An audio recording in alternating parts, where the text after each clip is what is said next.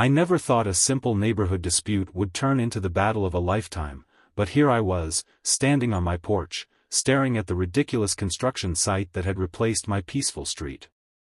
The HOA had done the unthinkable. They had demolished our community park and were building a luxury resort instead, claiming it would increase property values. But we all knew the truth: it was a money grab, and the HOA president, Richard Halverson, was at the center of it. He and his cronies had spent months pushing their agenda, ignoring protests, and silencing objections. Now, they thought they had won. But they had no idea what I was about to do.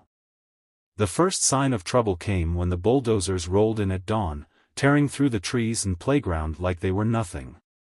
Kids stood by in tears as their favorite swings were reduced to rubble. Parents shouted in outrage, but the HOA had legally covered every angle. Somehow, they had pushed their plans through the zoning board with suspiciously little resistance. The vote had been rushed, the paperwork buried in confusing legal jargon, and now it was too late to stop them, or so they thought. I wasn't about to let them steal our community without a fight. I spent weeks digging into the HOA's plans, poring over city records, legal documents, and financial reports. That's when I found it, a small but critical error in their filings. The land they were developing had a legal restriction on it from decades ago, something even the HOA board had overlooked. It was designated as a public space in perpetuity, meaning it could never be turned into a private business. Any attempt to do so would violate city law. The moment I saw it, I knew I had them. Keeping my discovery quiet, I started gathering allies. I spoke to longtime residents, reached out to local journalists, and contacted a few powerful friends I had made over the years. What Richard didn't know was that I wasn't just another homeowner. I was a former legal analyst who specialized in property law. They had picked the wrong person to mess with. I prepared my case meticulously, waiting for the right moment to strike. I even managed to get an old friend, a well-known environmental lawyer, to take interest in the case. But I knew Richard wouldn't go down without a fight, and I had to be ready for whatever he threw my way. The turning point came at the grand opening event. Richard, dressed in a tailored suit, stood on an elaborate stage in front of the half-constructed resort, smiling smugly as he addressed the crowd. He went on about economic progress and luxury amenities, pretending the HOA had done us a favor. He didn't notice me in the back, holding a thick binder filled with evidence. As soon as he finished, I stepped forward and handed him an official cease and desist order. The crowd fell silent as he read it, his face draining of color. The HOA had just been publicly exposed for breaking the law, and there was no way out. The resort project was about to come crashing down, and I was only getting started. Richard's expression shifted from shock to forced confidence as he cleared his throat, pretending the cease and desist was a minor inconvenience. He gestured to his team, whispering something to his attorney, but the damage was done. The whispers in the crowd turned into murmurs of concern, then outright complaints. People who had once been indifferent to the construction were now questioning the integrity of the entire project. I could see the cracks forming in his carefully built empire, and I knew exactly how to widen them. That night, I met with my allies at a local diner, going over the next phase of our plan. We needed to put pressure on the city council to enforce the land's public designation. More importantly, we had to expose Richard's shady dealings to the media. The local news had already caught wind of the cease and desist, but we needed them to dig deeper. I handed over copies of financial records that suggested misallocated HOA funds, money that was supposed to go to community improvements but had mysteriously vanished.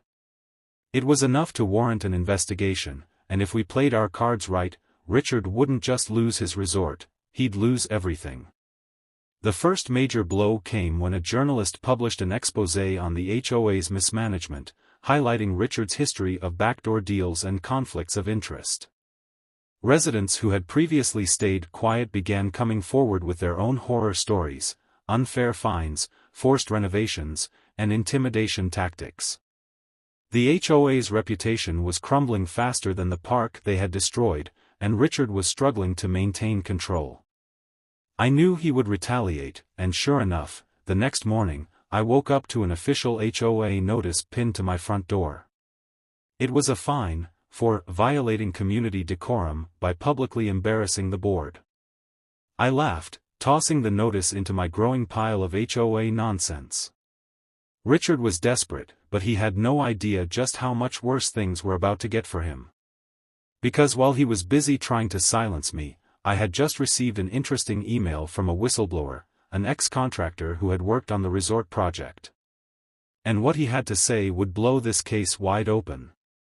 The email detailed fraudulent labor contracts, fake invoices, and bribes that had been funneled to city officials in exchange for expedited approvals. Even worse, some of the materials being used in the resort were substandard, cutting corners to maximize profit. If this information got out, it wouldn't just bring down the HOA, it could trigger a full-scale corruption probe. I arranged to meet the whistleblower in person, making sure to bring my lawyer along. He provided physical evidence, copies of altered contracts, recorded phone calls, and a ledger showing payments Richard had personally approved. It was the smoking gun we needed. I wasted no time leaking the information to my journalist contacts. The next morning, headlines exploded across the local and state news, HOA president accused of fraud in resort scandal. Within hours, city officials scrambled to distance themselves from the project, issuing public statements and launching their own investigations. Richard, once so confident in his invincibility, had gone radio silent. But I wasn't done yet. I filed a formal complaint with the state attorney general's office, backed by the overwhelming evidence we had gathered. The community, once divided by fear and indifference, was now fully united against Richard and his corrupt board. The final nail in the coffin came when the city council held an emergency meeting.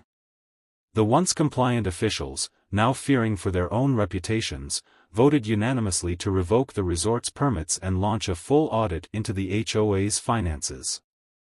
The project was dead, and Richard's grip on the neighborhood was slipping fast. That night, as I stood on my porch watching the news coverage, I knew the battle wasn't over yet. Richard was cornered, and desperate men always made desperate moves.